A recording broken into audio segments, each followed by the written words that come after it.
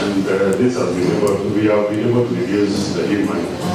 Itĩna rĩa mbere rĩa kũnyitanĩra na thirikari cia matũra kũnyihanyihia mĩtino ya barabara, rũhonge rwa NTSA kũhĩtũkĩra obithaa mũnene George Njau rugĩte marambĩrĩria na kauntĩ cia Naikuru, Gĩthumo, Kakamega, Kericho, Makueni, Nairobi ũndũ ũmwe na Siaya harĩ gũkinyanĩria mũbango ũyũ na njĩra ĩmwe megũkorwo makĩmũrĩka nĩ ũthondeki wa tũcĩra twa kũgerwo nĩ mũingĩ mĩena-inĩ ya barabara. Today we are only represented by 7 counties. We have done this in another 28 counties, and we're going to go around the country to all the counties. Why we chose these 7, there's a lot of commonality in regards to the fatalities. If you listen to the ones I've mentioned, they're all along the Nairobi to the Malaba border. They are along the A2 highway.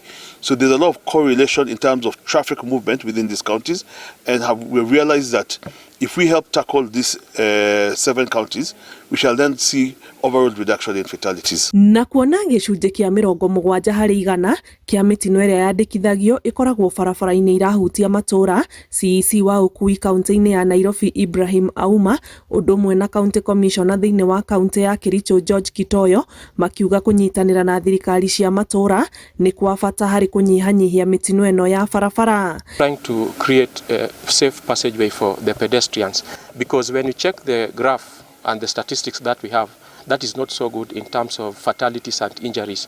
It is human traffic or human vehicular interactions. We are trying to come up with the pedestrian walks or walkways to be able to accommodate more pedestrians, and this has been done jointly, I will say, with the national government, because we have got initiatives like the MCC, the COMIP, that has given some considerations together with our own budget from the county. We want to commit ourselves that as Ngaos we will fully participate in these committees at the grassroots level. You know, most of our people, almost 70%, are in the rural areas, and that is where we have a very good reach as Ngaos. So we'll be able to package messages within these committees and to disseminate them to our people in a language which they will understand.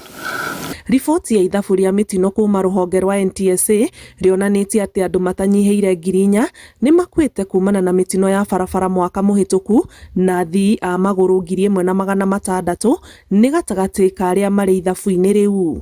Ngĩribotera Inooro TV, njĩtagwo Anĩ Ngigĩ wa Nyamũ.